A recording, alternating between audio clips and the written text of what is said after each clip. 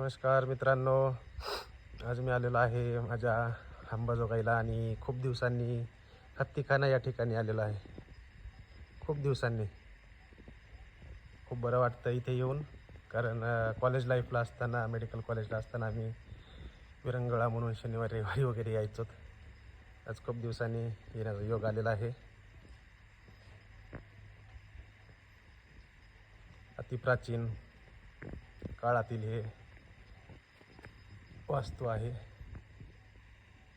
तुम्ही बघताय हत्ती, बलाढ्य असा विढाव्य असा हत्तीची मूर्ती आहे ही. या हत्तीवर आम्ही कॉलेजला असताना वर चढायचो, पण उतरताना खूप त्रास व्हायचा.